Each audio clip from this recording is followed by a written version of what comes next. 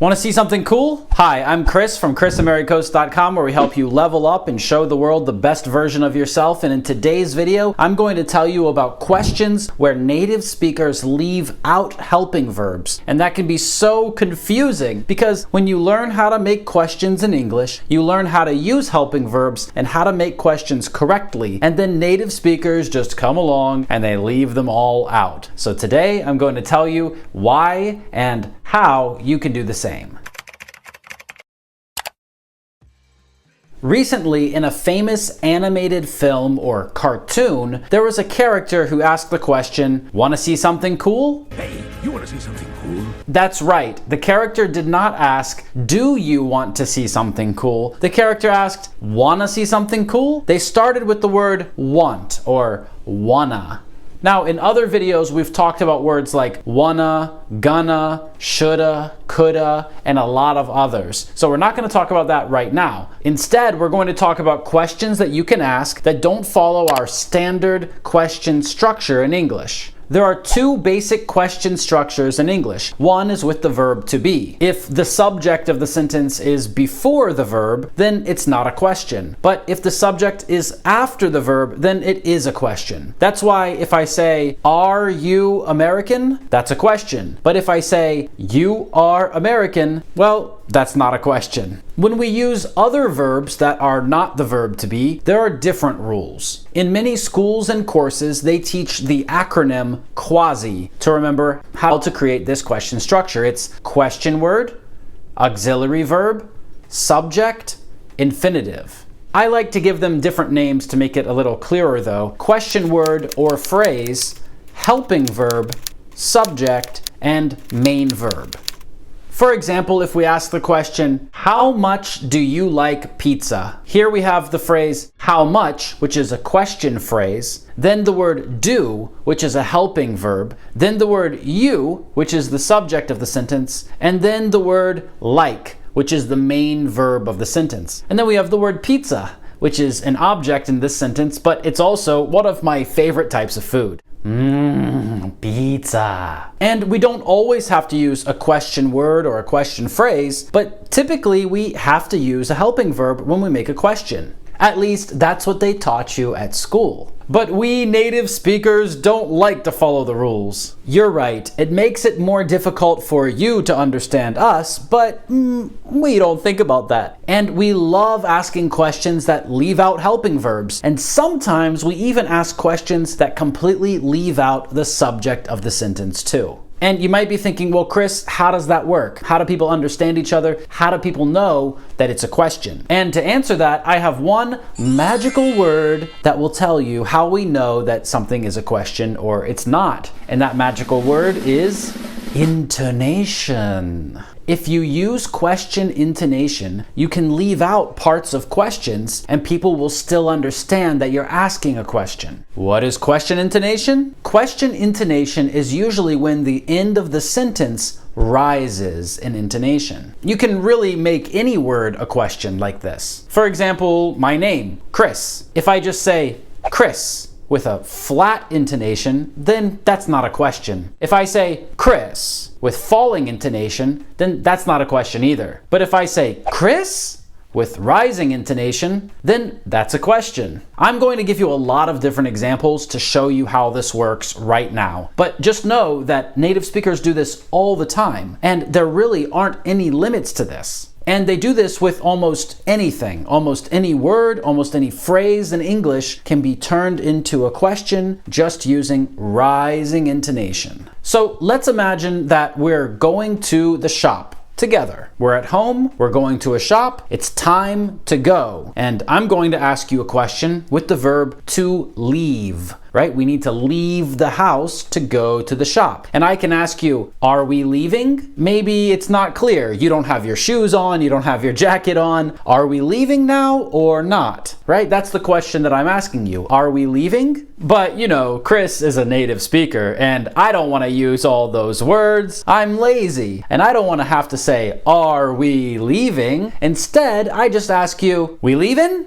Yes, I can leave out the word are. I can leave out this helping verb that helps us create the question in this sentence. And instead, I can just use we leaving with rising intonation to make it a question. Hey, John, we leavin'? And like a good native speaker, I'll probably use the ending in instead of ing. So it won't be leaving, it'll be leavin'. Hey, we leavin'? So you might be thinking, well, Chris, that's not too complicated. I can understand that, and it's going to be clear. I agree with you. That's what I think, at least. But we can make it even shorter. We can take off the word we.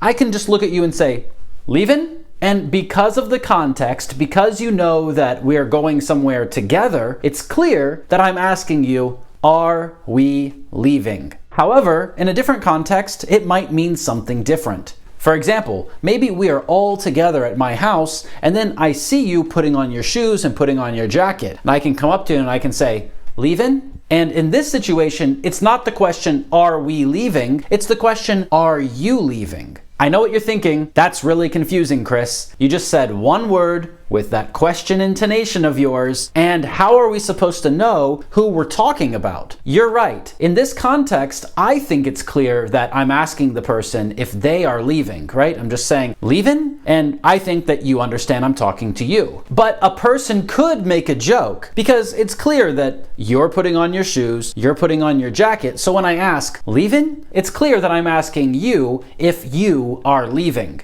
But I didn't actually say the word you, so it's not clear 100%. And that's why the person could make a joke and say, I don't know, Chris, are you? Like, are you leaving, Chris? The question wasn't clear that it was about the person putting on the shoes, so they can redirect the question back to the speaker, back to the person who asked the question. Or the situation might even go like this. Leavin'? Yes, you are. And we can do this with a lot of different verbs. For example, I can say, hey, you coming? Instead of asking, are you coming? So let's imagine I'm leaving the house and I want to know if you are coming with me. I look at you and I say, you coming? So you can do this with a lot of different verbs, but you can also do this with adjectives. One situation where I use this a lot is when somebody looks like they need to eat food and maybe they're very hungry. I just look at the person and I say, you hungry? Instead of saying, are you hungry with all of those words, I can shorten it to, you hungry? Or even hungry. And we can use this with all kinds of adjectives. Thirsty, sleepy, angry, sad. And you might see these kinds of questions in advertisements too. Thirsty? Drink a Coca-Cola.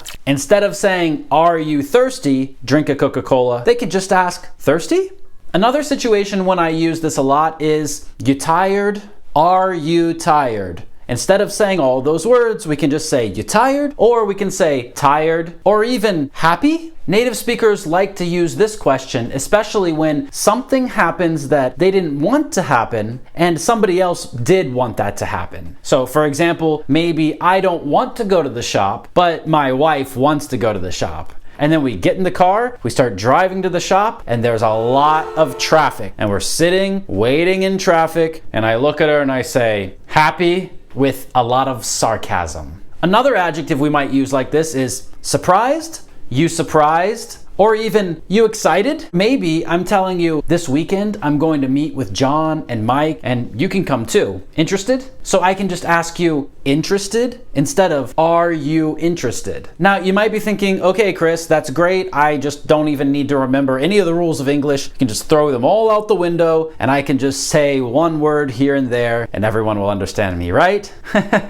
No. And sometimes we also add in other words. For example, in the question, that far? Now that one might not be so clear, so let me give it some context. For example, I say, oh, I live in Tampa, Florida. And you say, oh, I live in Atlanta, Georgia. And I could say, that far? And the question is that far? So instead of saying is, I can just leave that word out and say that far and use my question intonation to show that I'm asking a question. In the same way, I can ask the question, that close? Now, all of those questions are really, really useful because people actually speak like that. But now I'm going to tell you some more common questions where people leave out helping verbs and sometimes other words, and it might not be completely clear what they're talking about. For example, in the question, hear that? This means, do you hear that? So maybe there's a sound outside. Maybe there's a really loud noise. And I look at you and I say, hear that?